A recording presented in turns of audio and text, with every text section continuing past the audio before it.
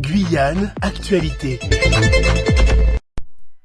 Bonjour à tous, bienvenue sur le live Facebook de Radio Pays. Nous sommes en direct depuis Cayenne, l'hôpital Jean Martial, où le ministre délégué aux Outre-mer, Jean-François Carenco, vient d'arriver. Lui sera présenté le projet de maison des cultures et des mémoires de Guyane, donc ici à l'hôpital, l'ancien hôpital Jean Martial, en présence donc du préfet Thierry Kefelec, mais également du vice-président en charge de la culture, Emmanuel Prince. Donc voilà, Jean-François Carenco qui va donc visiter donc cet hôpital Jean Martial. Il s'entretient, vous voyez, dans une salle avec la maire de Cayenne, Sandra Trochimara. Voilà, donc vous allez suivre en direct donc sur Radio Pays, sur ce live Facebook, donc ce déplacement de Jean-François Carenco, le ministre délégué aux Outre-mer. En rappel, il est arrivé hier donc en Guyane pour un séjour de 5 jours. Il a commencé par rencontrer donc le président de la CTG, Gabriel Serville. Il a déambulé dans le marché de Noël sur le parking de la collectivité. Ensuite, s'est suivi un entretien avec Sandra Trochimara, la maire de Cayenne, à l'hôtel de ville. Il était question d'aborder plusieurs sujets, dont notamment la crise migratoire à Cayenne. Et Jean-François Carenco a été invité par la maire de Cayenne à rencontrer donc les demandeurs d'asile aux abords de la cathédrale Saint-Sauveur. Et donc Jean-François Carenco a pu constater par lui-même cette situation qui touche Cayenne depuis plusieurs mois.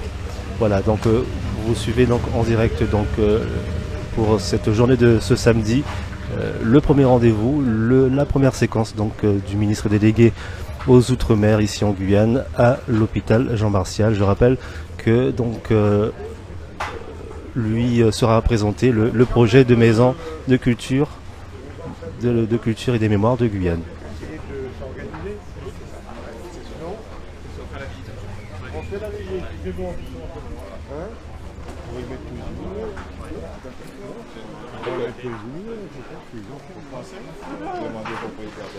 Non, ça, c'est moi. Donc ça va, hein. Donc on y va, on va faire une petite visite.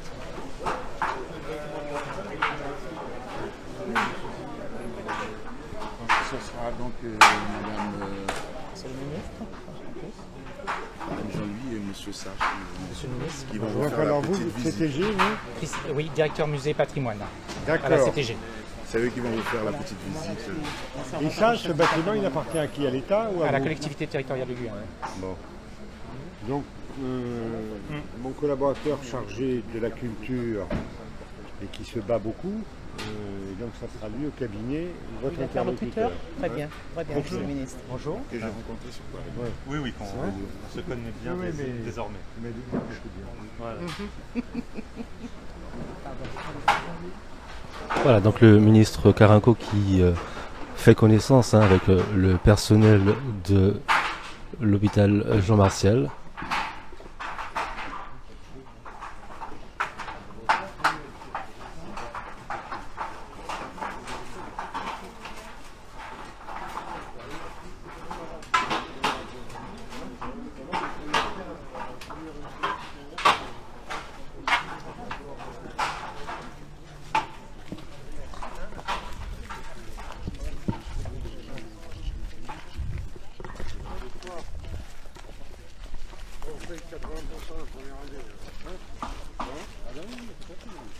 C'est classé ici? Oui, c'est classé. C'est classé, mais tout est tout le bâtiment? Oui, tout le site est classé. En fait, on est dans un secteur protégé. Ouais.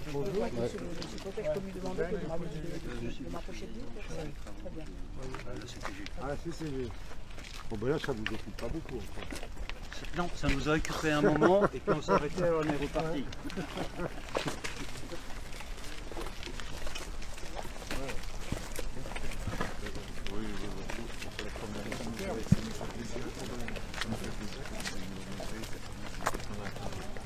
Je crois que la culture, c'est ce qui nous reste. C'est sûr. Le reste viendra en plus. Le reste, il n'y a pas d'intérêt s'il n'y a pas ça. Et alors, c'est un bâtiment qui est très connu de la part des Guyanais. Oui, non, mais c'est le transfert de l'acteur, l'ordinateur, du livre. Oui, la deuxième partie du deuxième bâtiment. Ah ouais. C'est un peu en meilleur état. C'est l'ancien hôpital colonial, donc ça doit être 1800 et quelques, je sais plus tout à fait en fait. Imaginez ce lieu culturel gigantesque, c'est super. Hein. Donc, Monsieur le ministre, donc bienvenue sur l'ancien hôpital Jean Martial, qui a fermé définitivement ses portes il y a 30 ans, en 1992. Les derniers services en sont partis. Aujourd'hui, donc il y a donc c'est tout cet ensemble qui est délimité par le mur de clôture, donc depuis la place des Palmiers jusqu'au front de mer. Et la parcelle, en fait, la grande parcelle est divisée en deux parties. Vous avez cette grande partie qui représente à peu près les 2/3, donc qui appartient à la collectivité territoriale de Guyane. Nous sommes actuellement à peu près ici. Et cette partie-là, donc qui correspond au nord-est, derrière les manguiers, qui appartient au ministère des Armées. Et donc ce sont des logements pour les militaires. Est-ce qu'il y a des logements occupés? Oui, occupés, oui, tout à fait. Et donc cet ensemble fait à peu près, donc la partie collectivité territoriale de Guyane fait un petit peu plus de 2 hectares. Et l'ensemble, c'est 2,6 hectares à peu près, pour vous donner une idée. Mais ça, on n'en parle pas. Non. C'est terminé, c'est historique, c'est un plan historique. Oui, tout à fait. Donc ça, c'est le plan de 1892. Ça vous donne une idée un petit peu de l'emprise totale de l'ancien hôpital Jean Martial. Donc c'est en fait cet état donc, que l'on voit ici, c'est déjà la Xème version d'un hôpital qui a démarré dans les années 1780. Donc il y avait auparavant quelques petits bâtiments. Ensuite, il y a eu un premier hôpital dans les années 1820-1830 que voici. Et cet ancien hôpital donc, a été retrouvé notamment lorsqu'il y a eu un diagnostic d'archéologie préventive et qui se trouve en grande partie, le grand bâtiment se trouve sous le sol, sous les frangipaniers. Et il y a eu une troisième étape donc, qui a prévalu donc, et qui a d'agrandissement, d'amélioration avec la construction de ces bâtiments que l'on voit et qui datent des années 1840 aux années 1880. Donc, notamment donc, ces 2 grands bâtiments qui accueillaient les malades, avec donc le bâtiment principal avec donc c'était hôpital civil et militaire, donc accueillait les soldats et puis les personnes de conditions modestes, et puis le bâtiment là-bas donc en perpendiculaire qui accueillait les officiers et puis les personnes de conditions un peu plus supérieures, je dirais. Donc, et autour il y a des bâtiments donc annexes, donc on a l'ancienne pharmacie derrière. Alors les usages ont beaucoup évolué dans le temps. Et cela, alors, par contre, pour comprendre ça, c'est dans le système ou pas? Oui, tout à fait. C'est utile en ce moment? Oui, il est utilisé, il y a des services de la CTG qui sont, il y a encore quelques services qui sont présents ici. Bon, mais s'il se fait des trucs, ça se réglera. Oui, de toute façon, il y aura un jeu de chaises musicales. Voilà, donc les bâtiments, un certain nombre de bâtiments ont servi aussi au logement des personnels médicaux. Et puis vous avez donc sur la parcelle, je vous le signale quand même, de l'armée, même si ça fait pas partie de mes préoccupations actuellement, ce beau bâtiment là avec les pignons en pierre, c'est l'ancienne résidence et chapelle des sœurs de Saint-Paul de Chartres quand elles étaient infirmières de l'hôpital jusqu'au début du XXe siècle. Et ça, c'est la partie armée. Voilà. D'accord.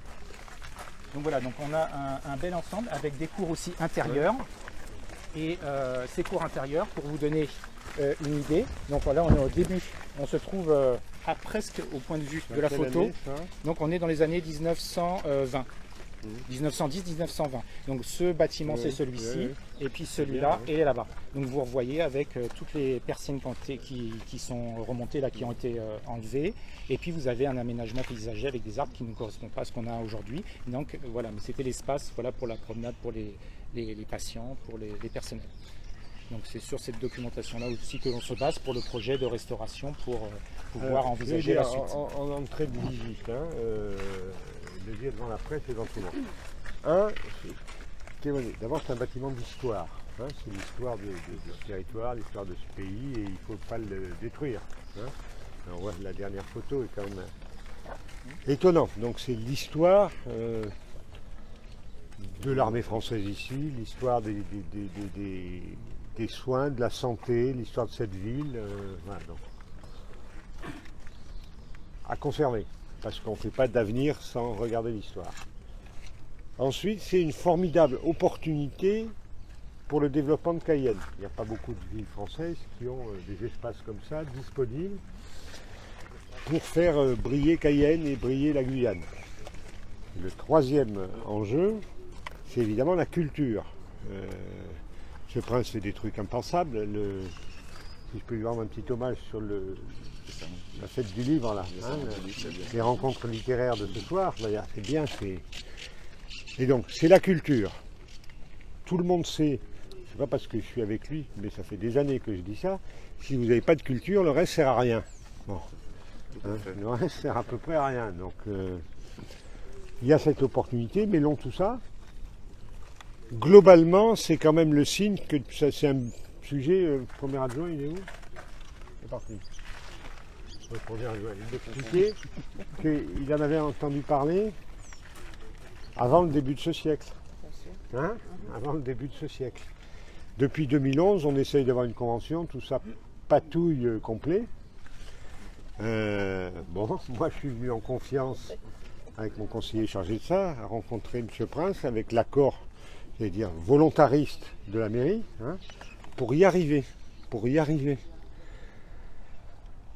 C'est pas là qu'on va le faire, mais je voulais voir ce que c'était, discuter, échanger. C'est pour moi prioritaire à la fois sur la culture et pour démontrer notre capacité, État, collectivité locale, commune et CTG, de travailler ensemble sur un superbe projet. Si on n'est pas capable de faire ça, alors que le bâtiment est là, que les volontés sont là, on ne fera rien d'autre. Hein, ouais, donc j'ai assez confiance. Parce que toutes les bonnes raisons d'essayer ensemble. Hein.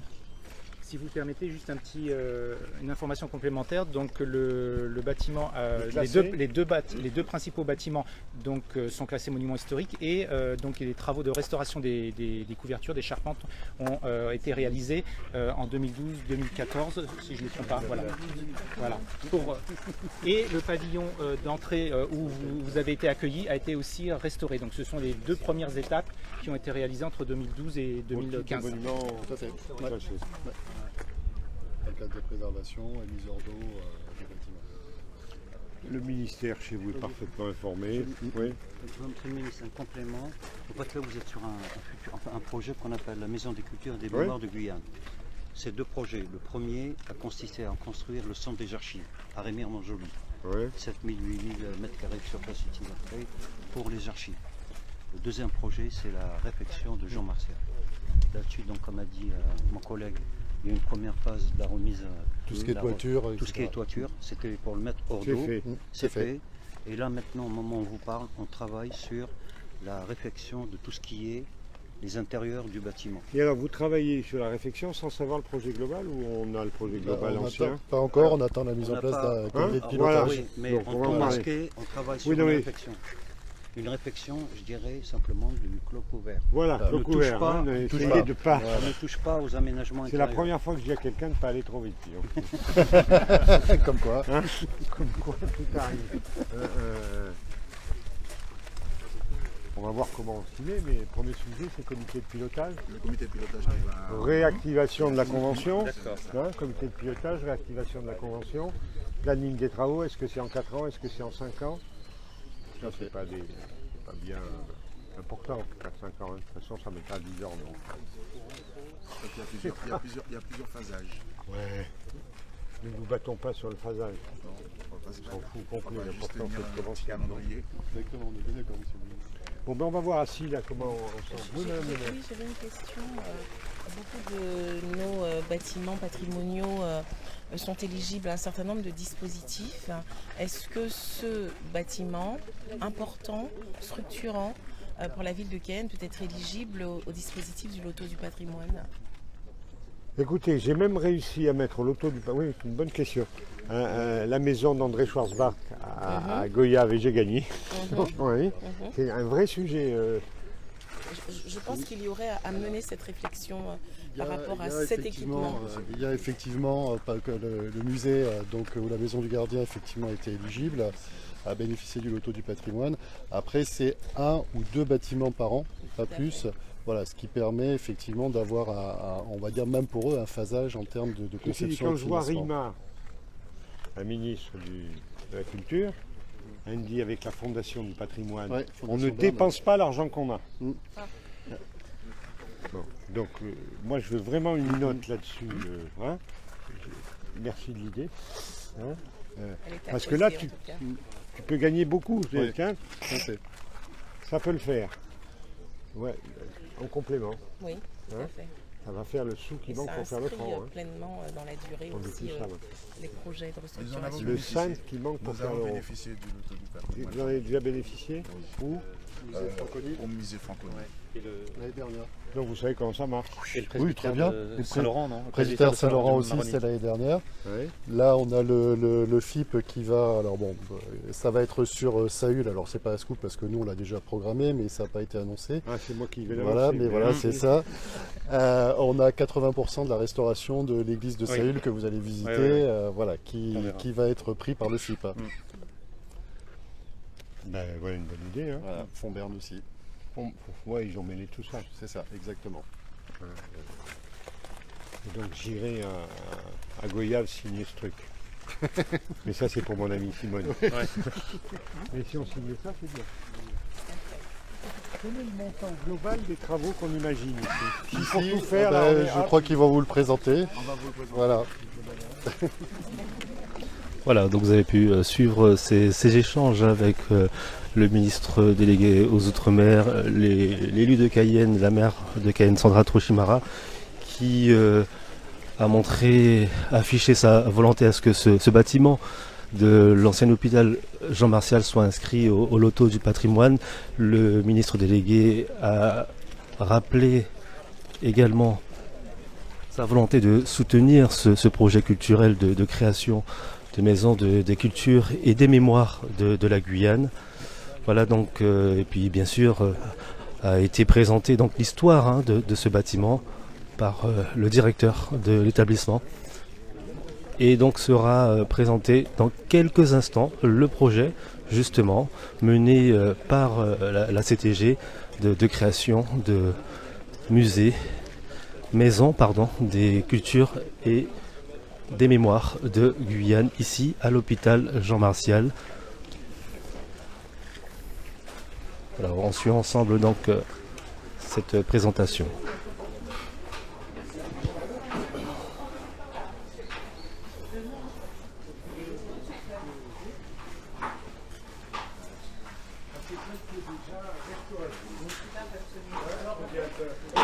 Voilà, donc ici le ministre visite donc la partie déjà restaurée de l'ancien hôpital militaire Jean Martial, où se trouvent très régulièrement donc des expositions ici, juste à l'entrée.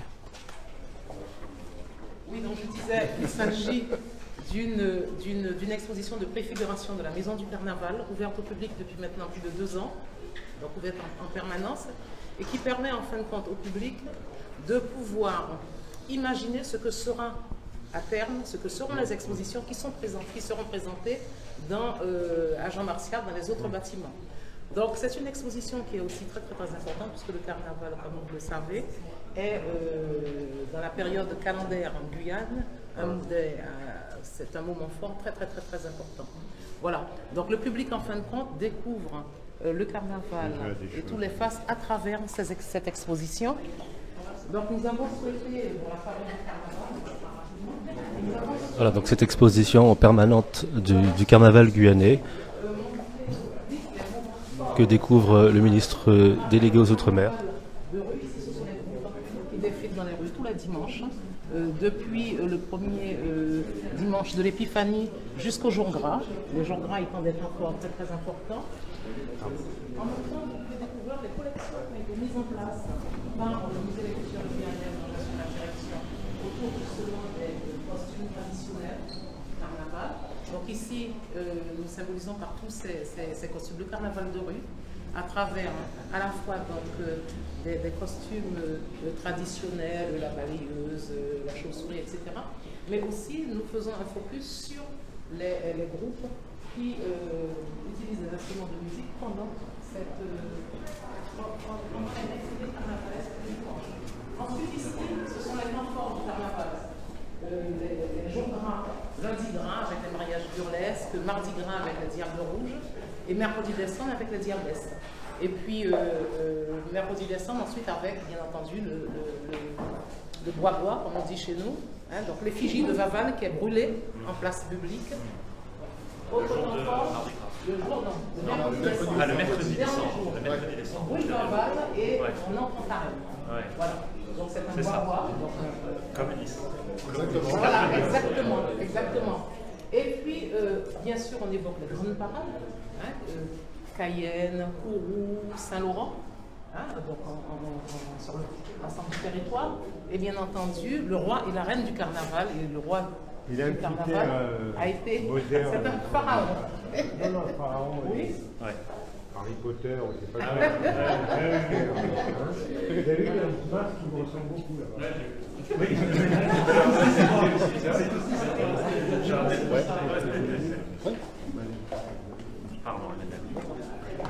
Ensuite, monsieur le ministre. Pour le match. Ouais, ça marche. Voilà, donc découverte des traditions du carnaval guyanais pour le ministre délégué aux Outre-mer Jean-François Carinco. C'est le carnaval avec les Touloulous que vous allez découvrir un côté. Et donc, ici, le focus, ce sont bien entendu les diplômes. Les diplômes qui sont distribués aux carnavaliers. Les anciens, les anciens, le petit bâton qui n'existe plus. Et sur les avec une pièce maîtresse pour cette salle, il s'agit du saxophone alto de Fortuné Mécène, qui a été donc qui joue avec l'orchestre Les Mécènes. Voilà. Alors ici une pièce maîtresse. Voilà, il s'agit des Touloulous, des dames du samedi soir, qui sont entièrement masquées. Exactement, vous êtes du Quai Branly. J'étais avec Casarero, là, il n'y a pas très longtemps. Avec Emmanuel Casarero. Emmanuel, il dit, ouvre-toi un peu à l'outre-mer, un peu plus. Hein. C'est pour ça que je vous ai dit que sur Paris, il y a aussi ce genre de soirée. Et vous pourriez aussi être invité par la communauté guyanaise là-bas. Voilà, donc la Touloulou, le samedi soir. On donc, assez vivante, tu sais, on a commencé celle-là. Donc, ce sont, les femmes sont masquées de la tête aux pieds, complètement. On ne doit pas voir dépasser 1 millimètre de peau. Donc, elles ont un double masque, elles ont une perruque, et les tenues sont faites en sorte que jusqu'aux pieds, jusqu'aux chaussettes, elles sont chaussées. On ne sait pas qui est derrière le masque. On ne sait pas qui est derrière le masque. Ce qui est étonnant, là, quand on est là, elles ont l'air vivantes. Bien sûr, c'est fait pour. Regardez les yeux, les trucs. Pour être très honnête, moi j'ai des vidéos, mais que je ne montrerai pas, qui sont à ma décharge très compromettantes lors de la remise du diplôme de l'UNESCO pour le patrimoine des Touloulous. Voilà. Donc elles sont masquées des pieds à la tête. Voilà. Et on a, monsieur le ministre, voilà, quelques photos qui vous montrent. Voilà, voici l'intérieur des universités avec donc les Touloulous et leurs cavaliers. Il est super, il s'est mené pour ce visite, il est très très attentif.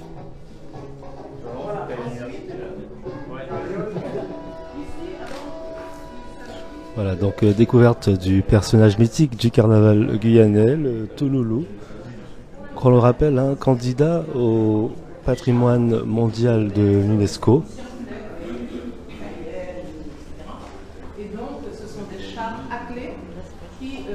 Permettre au public de découvrir à la fois le roi et la reine du carnaval, mais aussi d'autres costumes, voilà, d'autres groupes carnavalesques qui sont déguisés pendant cette période. Et là, on avait traditionnellement, ça c'est un souvenir en France, un groupe de cyclistes qui paradaient dans la rue avec leur vélo décoré un peu. Voilà, donc on termine. Voilà, monsieur le ministre, je fais vite parce que... Voilà, on termine en fait sur le pavillon nu et on explique en quoi. Et on explique en quoi en fait le pavillon a été, pourquoi il a été créé, ce qu'il contient en termes de contenu. Et on explique aussi qu'en fait il ne s'agit que d'une étape dans le projet de réhabilitation de l'ensemble Jean Martial. Et ici en fait, voilà, il y a une grosse tête qui a été mise de façon à ce que le public puisse se faire photographier avec un personnage traditionnel, voilà, du carnaval. Et on peut aussi prendre des selfies, etc. Voilà, il s'agit de la partie concernant la valorisation du carnaval. Alors, il est prévu que dans une aile, il y ait la maison du carnaval qui soit installée avec une exposition permanente. Pourquoi ça reste pas là? Alors non, on utilisera les espaces pour d'autres éléments. Voilà, pour le public.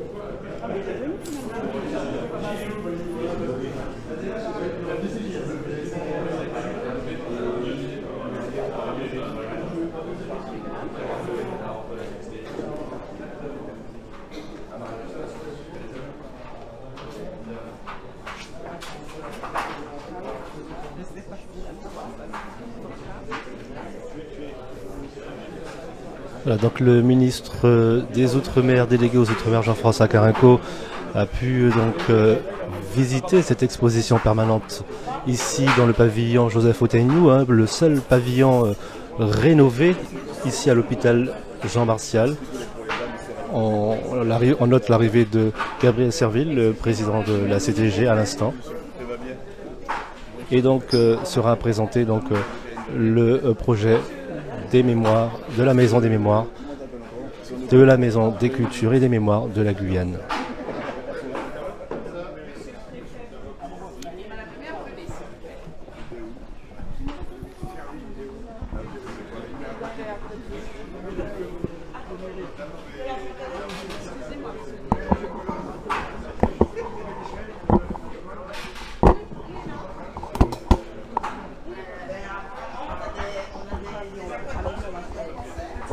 Voilà, nous sommes en direct, on le rappelle, depuis Cayenne, depuis l'ancien hôpital militaire Jean Martial.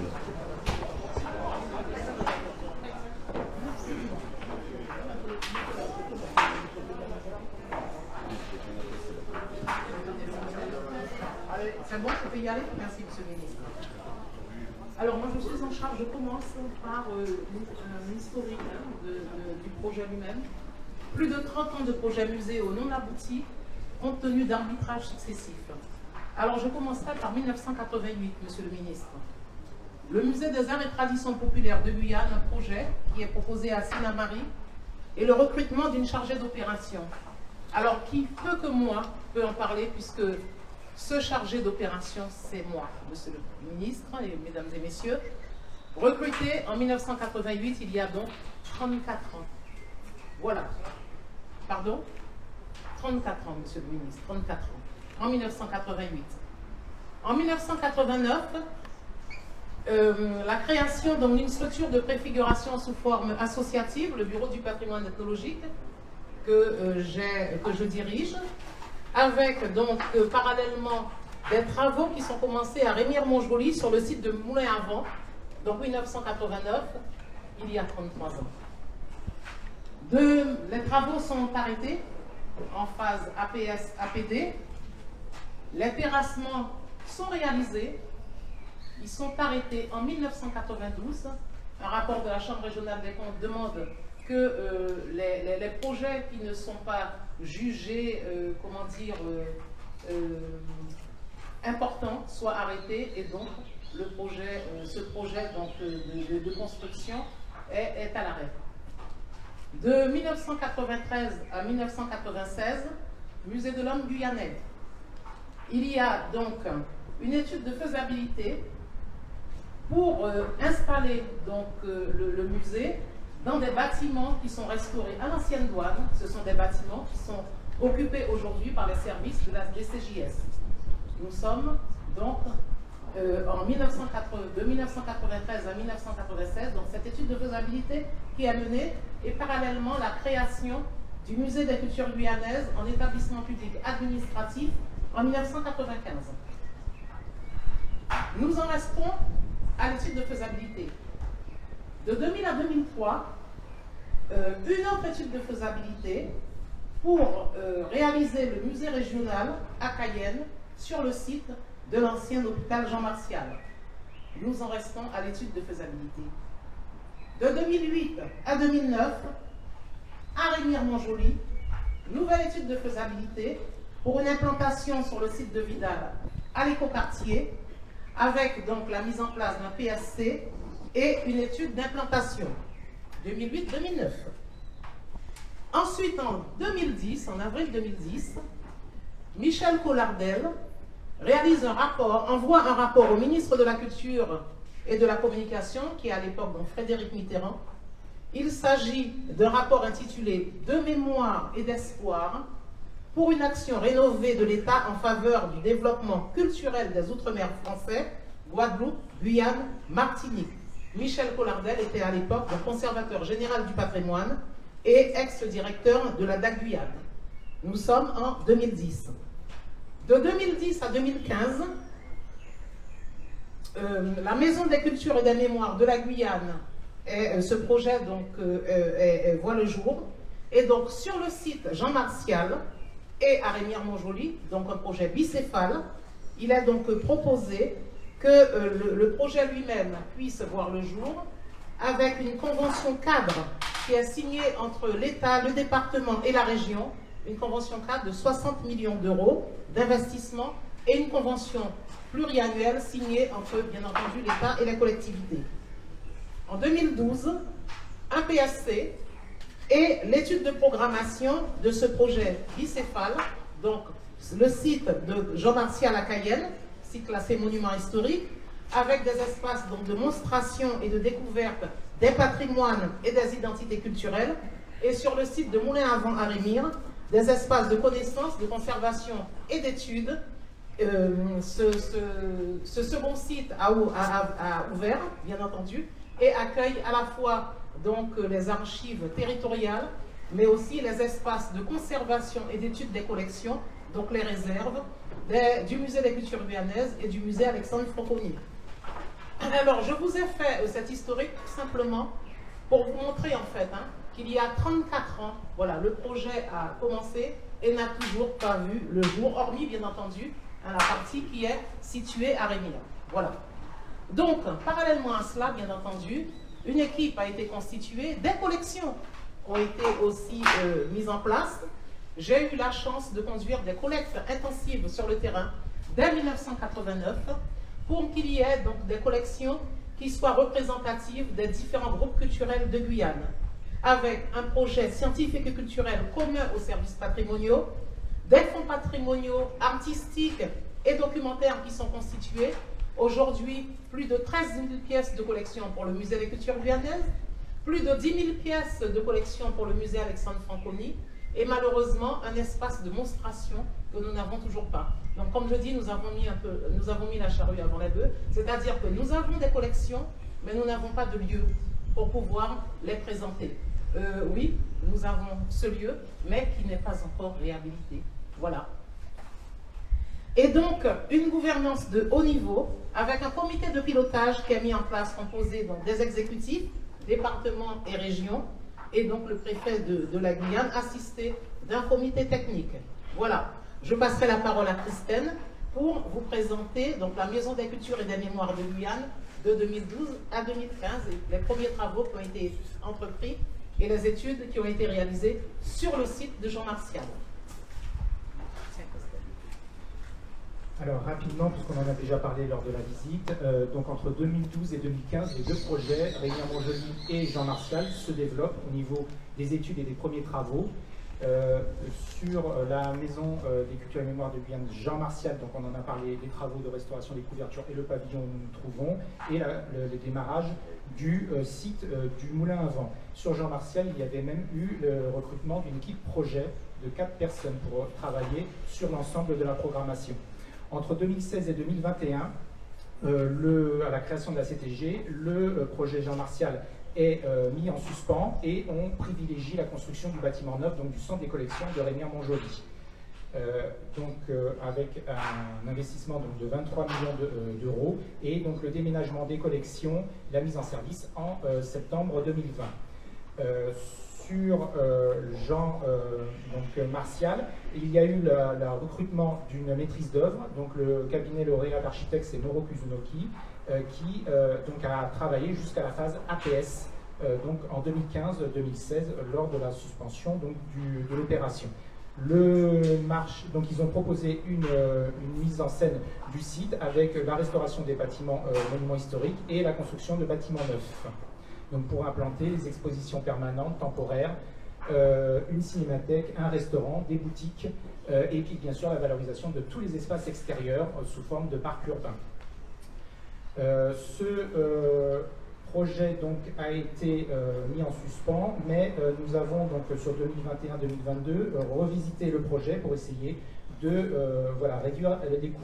Donc tout en maintenant une volonté d'un site ouvert, accueillant, en cœur de ville, attractif et porteur d'économie, pouvoir présenter donc les expositions permanentes et temporaires donc, dans les deux grands bâtiments, comme un peu une vitrine des cultures et des histoires, des mémoires de Guyane, avec des expositions sur les lieux, les temps, le carnaval et divers thèmes, et donc aussi permettre un regroupement des équipes et travaillant sur cette opération.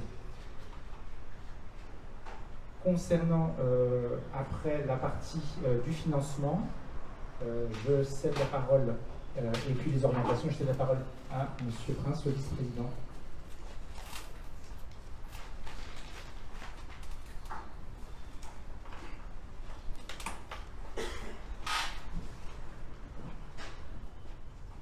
Madame le maire, Monsieur le Président,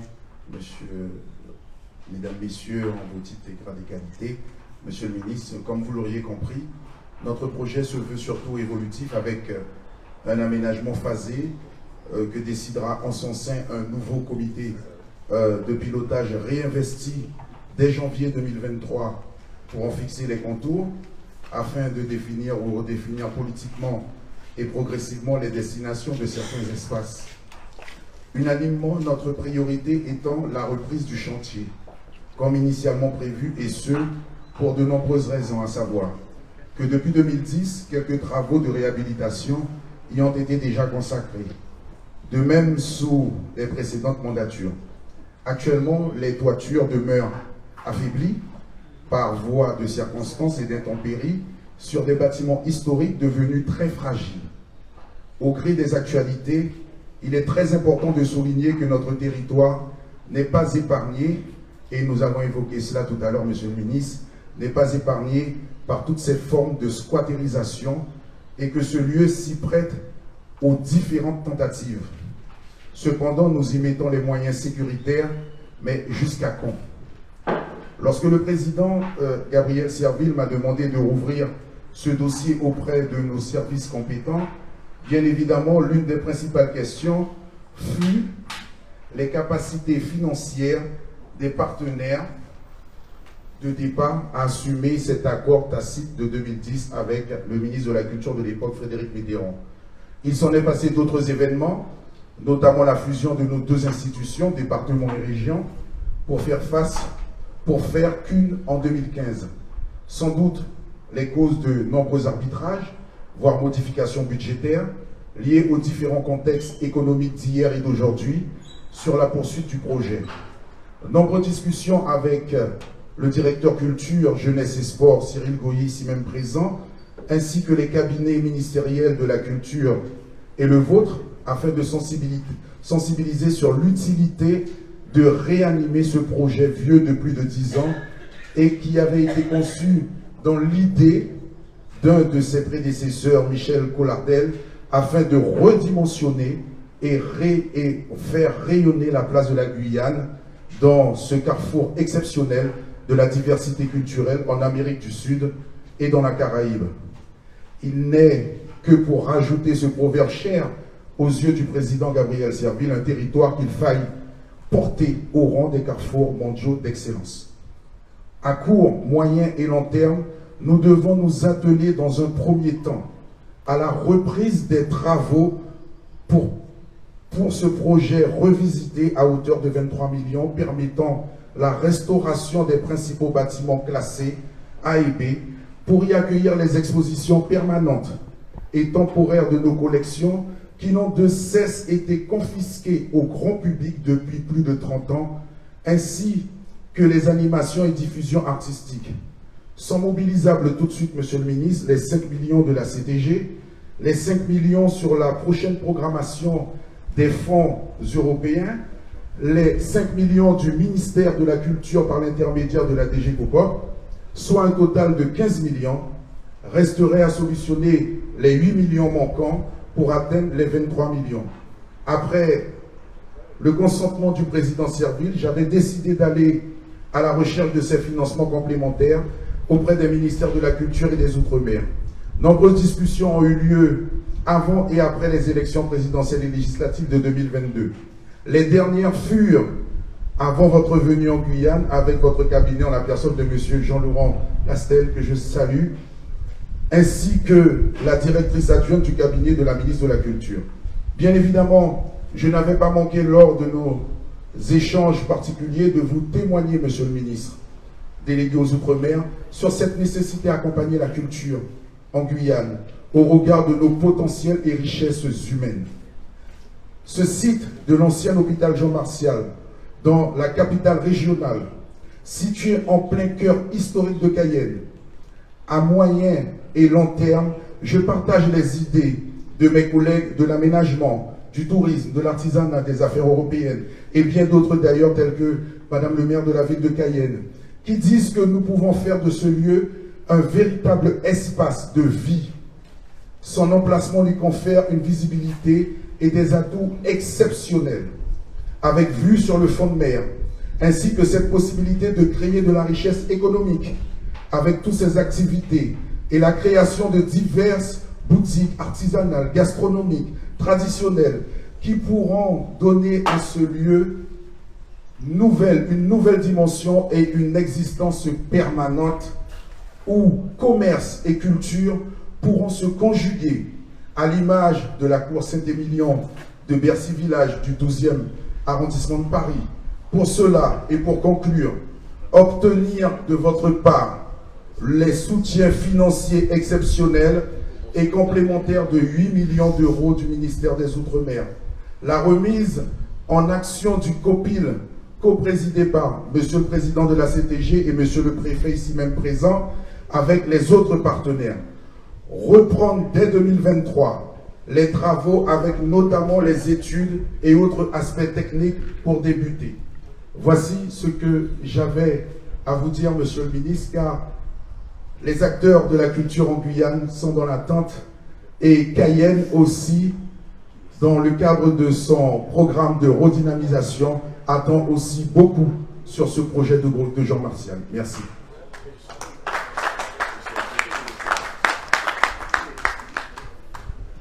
Voilà, une allocution d'Emmanuel Prince, le vice-président en charge de la culture à la CTG. Des choses simples. Un, c'est un super projet. Moi qui étais dans le coup lorsqu'on a lancé le MAC, là, avec François Hollande, ça doit être de cette dimension. Je sais que c'est l'ambition de Gabriel Serville, l'ambition de la mer, hein, c'est de cette dimension-là. Ça, c'est mon premier sujet, c'est clair. Deuxièmement, comme ça fait 30 ans que ça dure, c'est trop évolutif. Il faut à un moment donné s'arrêter. Je rappelle la citation, c'est plus d'y aller. La tentation du bien est parfois pire que la tentation du mal. Donc arrêtez-vous. Le mieux est l'ennemi du bien. Arrêtez-vous. Donc moi, ce que je propose très simplement, je ne bouge pas tant que le COPIL n'est pas en place. On va dire 15 février. Allez, pour se laisser le temps de faire la sieste un peu, de procrastiner. Dans ce COPIL, mais il appartient aux deux parties, État et collectivités territoriales de se mettre d'accord, je ne doute pas qu'on aura, j'allais dire, des personnalités non politiques, des personnalités culturelles, hein, même s'il y aura un comité technique, un comité historique à côté, mais c'est important que la société culturelle soit aussi un petit peu représentée dans le COPIL, hein, simplement pour nous mettre en garde sur nos appétits de rapidité. Donc, je répète, c'est extraordinaire. Donc, il faut avoir l'ambition, et on se connaît un peu maintenant, c'est the right man at the right place, comme on dit en créole occitan. Belle ambition. 2 copiles. 3, ce copil, son premier truc, c'est d'arrêter de manière définitive un projet et des envies de financement. Derrière, avec le DAC, avec le préfet, avec les élus, on va aller les chercher les sous. Hein, on va aller les chercher. Mais je ne vais pas les chercher si je n'ai pas de copie et si je n'ai pas un projet définitif. Moi, je ne fais pas. Voilà. Donc ce plan définitif de financement, de projet de financement, il faut se le fixer en milieu d'année pour qu'on puisse inscrire les sous qui manquent dans le futur CT, convergence et de contrat de plan. À partir de 2024, il faut que ça soit financé clairement. Ce projet, sous réserve de votre accord, Monsieur le Président Serville, doit être dans nos contrats futurs de plan. Contrat de transition et de convergence, c'est ça? Convergence et transformation.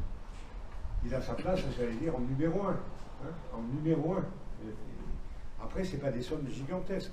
Si vous arrivez, mettons, à 28 millions, je ne sais pas, quelque chose entre 25 et 30, on en est là.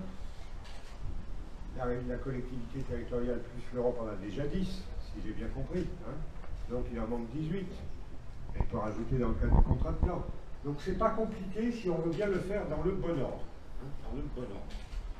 Et donc l'État, pour sa part, ira évidemment. Après, Madame le maire m'a dit, et pourquoi vous ne faites pas de la Fondation du patrimoine?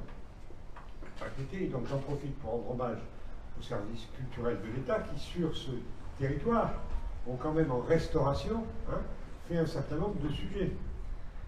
Après, comme l'État est assez mauvais en communication, personne ne le sait, mais un certain nombre de restaurations sont faites. Notamment, ils ont sauvé ce bâtiment, avant qu'il s'effondre complètement sur les toitures. Ils ont sauvé ce bâtiment, c'est fait, merci. On va peut-être à l'occasion, ici, récapituler tout ce qu'on a fait sur le patrimoine. C'est vrai que vous avez dit, on a un projet en double, les archives et tout ça. Vous avez sorti les archives, super. Ça a, à mon avis, retardé un peu le bâtiment ici, dire que tout est dans tout. Mais bon, c'est comme ça. Donc, voilà, moi, ma conviction, c'est qu'il faut que tout ça soit prêt pour être inscrit très précisément au contrat de transformation et de convergence-transformation, contrat de plan, et que ça soit bouclé en juillet pour que dans le cadre de la discussion que j'aurai avec les différents ministères à Paris, de la fabrication de ce plan, il y ait évidemment ce dossier en numéro 1. Février, comité de pilotage, juillet, plan définitif de votre projet et de vos financements. On est bien comme ça? Alors en plus, je voudrais, et je le referai ce soir, rendre hommage à cet appétit culturel que je sens de la mairie de se servir de votre Monsieur Prince ici. C'est fondamental. Dire à la presse, bizarrement, ce que vous avez fait sur la littérature pendant 3-4 jours, le salon du livre, je vais essayer d'aller voir mon ami Jean d'Amérique là tout à l'heure. C'est exceptionnel et à Paris, ça ne vient pas. Ça vient pas. Le moindre salon du livre dans le moindre village de la France hexagonale, on nous en fait une page du monde. Ici, non. Donc ça, c'est pas bien. Ça, c'est un échec collectif, ça. C'est ça le... Oui, bon voilà. Donc merci à tous ceux qui se bougent. Merci à vous d'avoir pas désespéré depuis 30 ans. Pas désespéré depuis 30 ans. Vous la revoyez depuis peu. Déjà quelques années aussi. Quelques années aussi. Donc voilà. Et vous voyez, il en faut de la ténacité pour ne pas se désespérer d'un projet qui a 30 ans et en plus dont tout le monde sait qu'il est superbe. C'est ça. On va le faire. Promis juré. Merci à tous.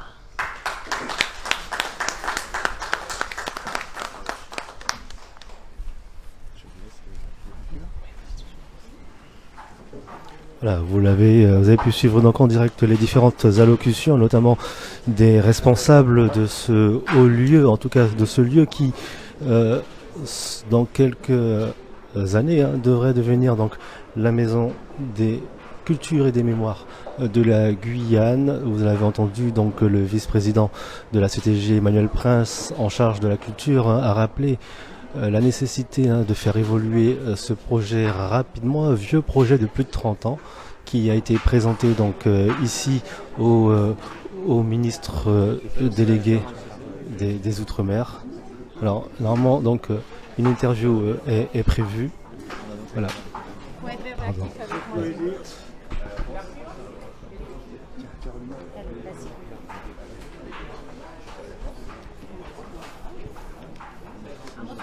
Monsieur le DAC, il est là, le DACE, là, le DRAC, là.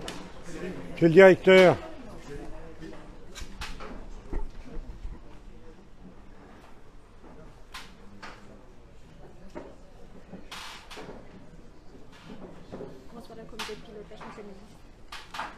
Voilà, donc je vous présente le DAC, donc, comme on dit ici, DACE. Directeur de la culture, de la jeunesse et des sports. D'accord, en tout cas en matière culturelle, on est sur une notion patrimoniale ici. Ce que je peux vous dire, pour vous l'expliciter si vous l'interrogez, il y a tout un tas de choses qui sont faites, hein, en liaison, État, commune, collectivité, que personne ne sait. Voilà, hein. Les restaurations, les archives, voilà. Et donc je plaide pour dire, pour communiquer, une fois qu'on a dit la culture est essentielle et avec la maire et avec Gabriel Serville on est d'accord, vous me dites qu'est-ce qui se fait, mais moi je vous réponds pourquoi vous n'allez pas voir ce qui s'est déjà fait. Hein, et je vous les remercie tous les deux de tout ce qui se passe. Je ne remercie pas pour moi, c'est pour la Guyane, c'est pour les Guyanais. C'est un tel terreau de richesse, d'histoire qui présente le monde. Il n'y a pas d'avenir sans regarder le passé. C'est pour ça qu'on est là aujourd'hui. Ce projet à 30 ans, ça suffit. Alors, soit on le fait dans le cadre du contrat de convergence et de transformation et de convergence à partir de 2024, soit on s'arrête. Et comme c'est un tellement beau projet, qu'il y a tellement de volonté, ben on va le faire. Donc, comité de pilotage, on s'est mis d'accord avec M. Prince 15 février au plus tard. Bon, voilà. Après juillet, ils ont un projet qui ne bougera plus. Ça fait 30 ans qu'il bouge. Tant dans son contenu que dans ses financements, et on a après juillet, janvier pour trouver tous les sous qui manquent. Je rappelle que sans avoir les sous, on a quand même refait, enfin on les a trouvés ailleurs.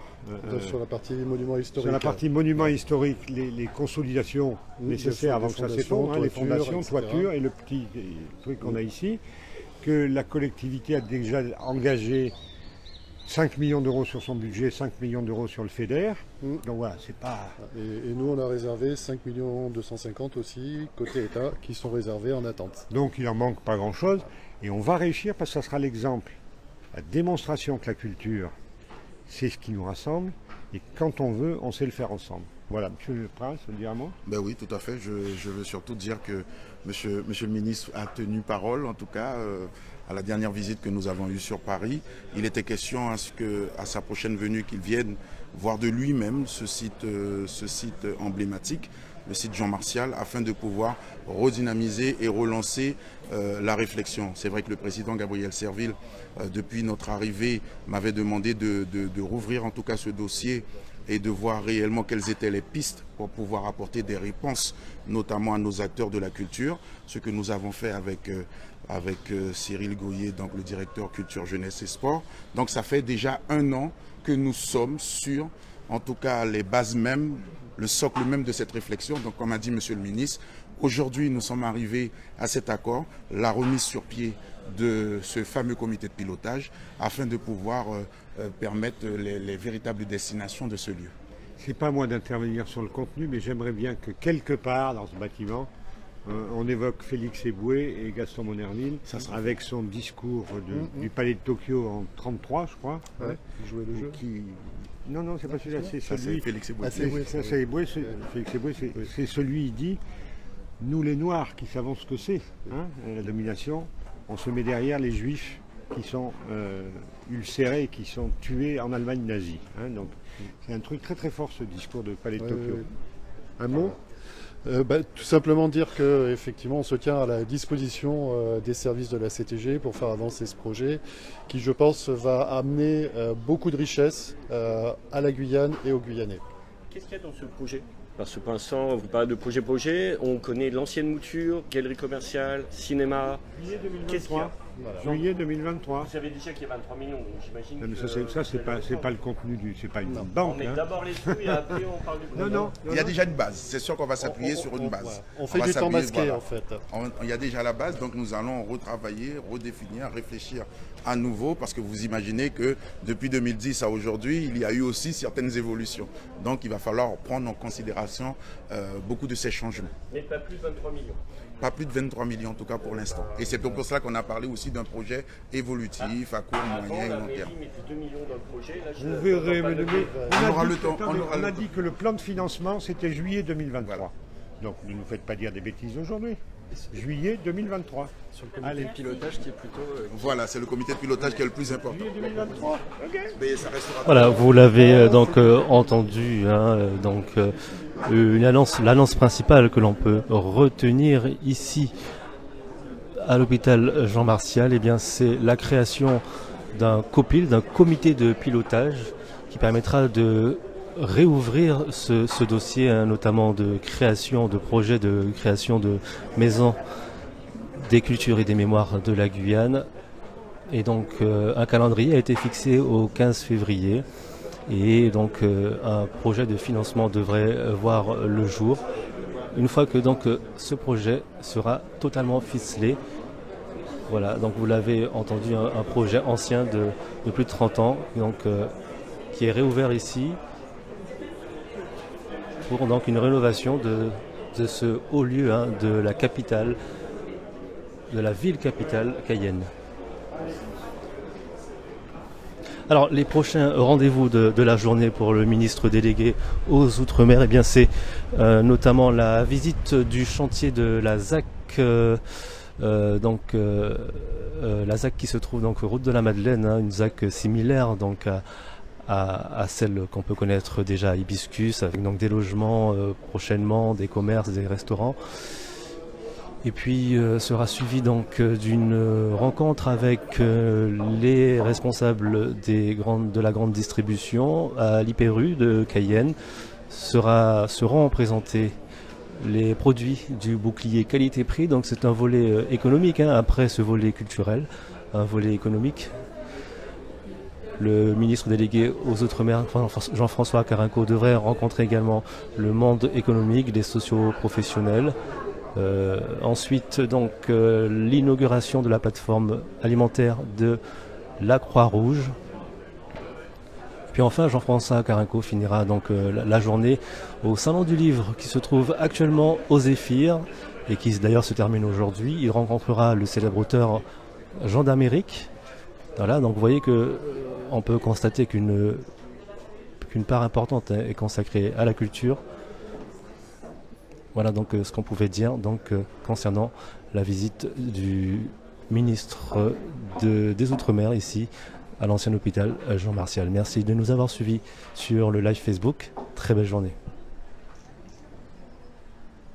Outremernews.fr, le site de l'actualité Outre-mer, 24 heures sur 24 et 7 jours sur 7. Retrouvez la chaîne Outremer News sur YouTube.